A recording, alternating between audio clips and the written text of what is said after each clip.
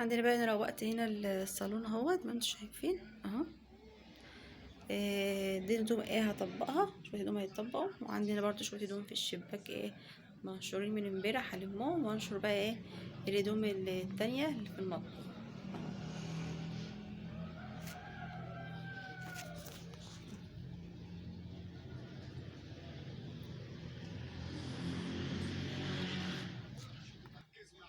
من الصلابة هنا متروقة هنا اهي، مفيش بس اللي هعمل بالمكنسة بس. هنا بقى اعمل لهم بقى تغيير بقى شوية، اعمل لهم رز بلبن، تغيير بقى من الكنافة والجلاش والحاجات التانية دي، نغير شوية. هنحط شوية رز كده، حوالي كوباية من الرز. لا حوالي عاملة كوباية ونص من الرز، الكوباية اللي هي بتاعت الشاي دي. وبعدين غسلتهم ونقعتهم شوية، وبعدين بقى يعني حطيت عليهم شوية مية كتار كده، يعني اكتر ترتيب في الرز كده. وبعدين سبته يقلب قلبتين وقمت طافيه عليه. وبقى اللبن بقى غلى، قمت نازله شويه السكر وفانيليا وحطيت الرز، كنت بقى بقلب فيه دلوقتي اهو. استنى بس لما يلف معايا، يبدا يشرب كده معايا الرز، يشرب معايا شويه من اللبن ويلف كده معايا. وبعدين اصفى عليه وهحطه بقى في في الاطباق يعني اهو. بصوا هنا مجهزه بقى دول بقى احط فيهم الرز واللبن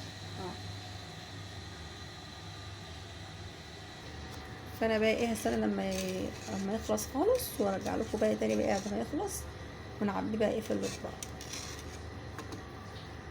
عملت بقى كميه ما شاء الله، عملوا معايا حبه حلوين اهو ما شاء الله. يعني حوالي لتر ونص من اللبن على كوبايه ونص من الرز. بصوا عملوا معايا الكميه دي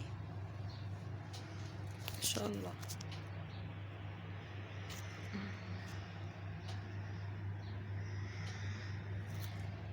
ممكن بقى انت عايزه تحطي بقى على وش زبيب بقى، جوز هند بتاع، بس احنا ما بنحبش يبقى على حاجه، بنحبه ساده كده.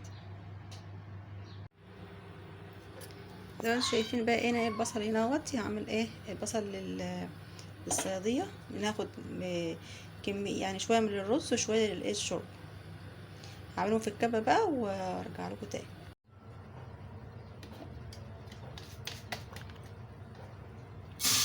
احط بقى البصل هنا اصفر بقى البصل، يعني البصله بتاعت الصياديه بتبقى لونها بني شويه عن اي بصله تانية تعملها في الخضار، يعني بتبقى عايزين نغمقها شويه عشان تدينا اللون لون الصياديه اللي هو اللون البني اللي انتوا بتشوفوه ده. فهنغمق البصله زي ما تشوفوا معايا دلوقتي، هنشوف هتبقى عامله ازاي.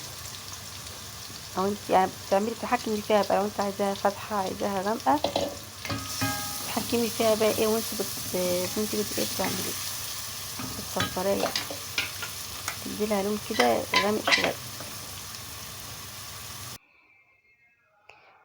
هنا بقى كنت بتوم كنت بتبل يعني السمك. انا قسمت السمك زي ما قلت لكم، هعمل نصه مقلي ونصه صياديه. اخدت كده السمكتين الكبار هعملهم صياديه، والباقي هعمله مقلي. فطبعا الدقه دي كانت عندي، انا كان عندي كنت عامله دقه يعني كده، توم على شطه حمراء وملح. وطبعا بعمل يعني كل ما يبقى عندي توم كتير بقوم عاملاهم في برطمان، وبعمل برضو توم لوحده ساده واحطه في الفريزر واشتغل منه بقى على طول.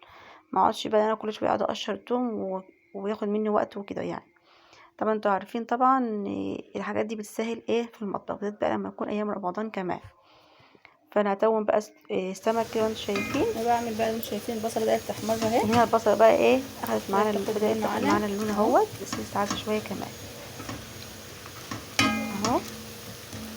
تفضلي بقى تقلبي فيها على طول كده تاخد معانا اللون بتاعها. السمك اهوت هونت اهو. ودول هعملهم صياديه. بصوا اخد معانا اللون اهو. حاول بقى انا اطلعها بقى في طبق، وصفت منها نسيت اطلعها في طبق. بصوا البصله اهي، هسيبها تبرد بقى واعمل في الخلاط. اعملها في الخلاط بقى بس بعد ما تبرد. يعني ما لقيتش، بس هي بتتقلم دوت. هنا بقى اياد كان حب يساعدني شويه، عارف ان انا واقفه في المطبخ وكده ومش فاضيه، قال لي يا ماما انا هساعدك شويه وهعمل ايه انا بالمكنسه الصلاه يعني وكده. فزي ما انتم شايفين هو مش بيعمل بالمكنسه، هو بيلعب بالمكنسه زي ما انتم شايفين، عاملها وقاعد يلعب بيها. يا ابني انت بتعمل ايه يا ابني؟ مش عارفه والله هو بيعمل ايه. انت بتكنس بالمكنسه ولا بتلعب بيها؟ انا مش فاهمه. هو بصوا هو بيشتغلني يعني هو بيقول انا هو بيساعدني، هو بيلعب مش بيساعدني، بس كتر خيره يعني. اهو في الخلاط بقى اهو. هنا بقى بصل زي ما انتم شايفين بقى، وابتدي انا ايه احط بقى هنا ايه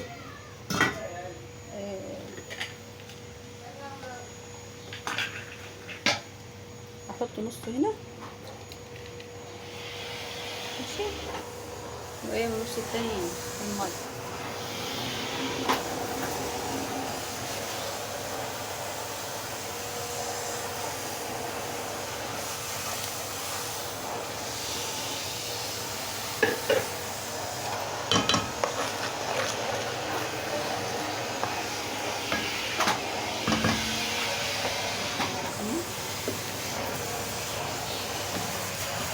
هغسل بقى هنا ايه الرز، وبعدين ايه احط بقى هنا ايه حبهان كده، وهنا ايه برضه هنا ايه حبهان برضه ايه ثواني كده ثواني.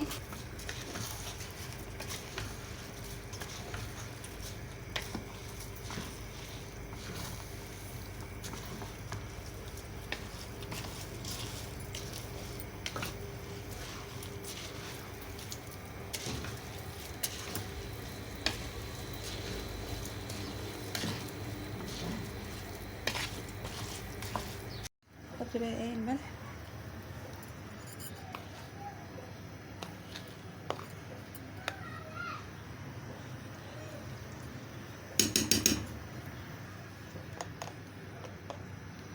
احط بقى هنا شويه فلفل كده، احط برضو ايه شويه الميه. هنا بقى حطيت شويه ظبطت بقى الشرب، حطيت لها الملح وشويه فلفل صغيرين وبس كده. وبتعصري بقى اما تحطي السمك مع عصرة ليمونه ايه بعد ما تحطي السمك على طول. وده الرز خلاص جاهز معانا اهوت. هسيبه بقى لما الميه بتاعته تنشف من عليه، ويبقى كده خلصنا ايه الرز. طبعا هو كل ما تقلب مع الرز هياخد معانا لون اكتر كمان. هو لسه فاتح دلوقتي بس لسه هيغمق شويه كمان عن كده. طبعا برضو تحط برضو للرز برضو شويه فلفل صغيرين وشويه والملح بس وحبهان.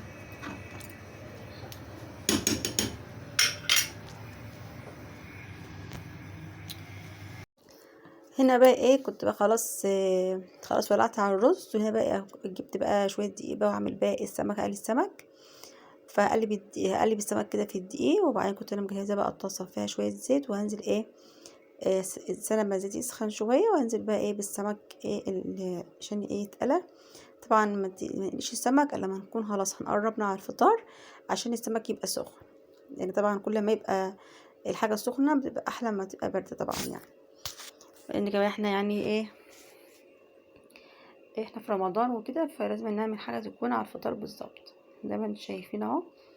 فطبعا يعني كنا احنا خلاص قربنا على الفطار، فرحت بقى عشان اقلي السمك. وفي نفس الوقت برضو طبعا السمك الصيادية برضو ما بياخدش سوا كتير يعني.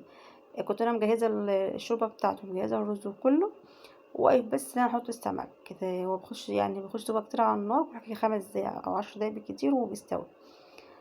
فبرضو مرضش برضو احطه برضو الا لما نكون قربنا خلاص على الفطار برضو، عشان يبقى السمك سخن برضو زي ما انتم شايفين اهو. حطيت بقى السمك اهو في الزيت اهو. طبعا بقى على قد الطاسه بتاعتي هعملهم بقى على كذا دور يعني، على دورين كده زي ما انتم شايفين اهوت اهو. طبعا وانا واقفه بجهز كذا حاجه مع بعض. وده الرز اهوتي بدا ياخد ينشف معانا، واوريكم بقى الاكل بعد ما اخلص. هنا بقى خلاص كنا بقينا على الفطار اهوت، ما شاء الله السمك الصيادية اهوت، وعملت طبق سلطة. بنحب طبعا نعمل مع السمك، مع اي سمك انواع السمك بنعمل عصير ليمون، سواء مشوي بقى مقلي اي نوع سمك بنحب معاه عصير الليمون. شوفوا الشوربة جميلة ازاي والرز ما شاء الله.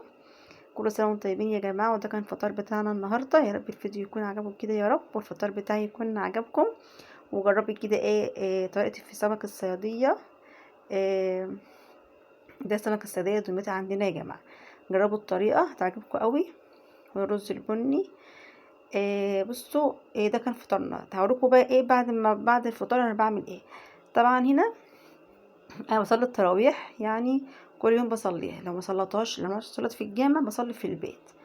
فطبعا لما بصلي في البيت بجيب على قناة السعودية زي ما انتم شايفين، وبحاول انا مش بصلي معاهم بالظبط يعني، بس انا بحب اقف قدامهم كده واجيب المصحف كده واقف اصلي براحتي يعني انا بقرا بنفسي بالمصحف، بس في نفس الوقت يعني بقعد اصلي كده معاهم.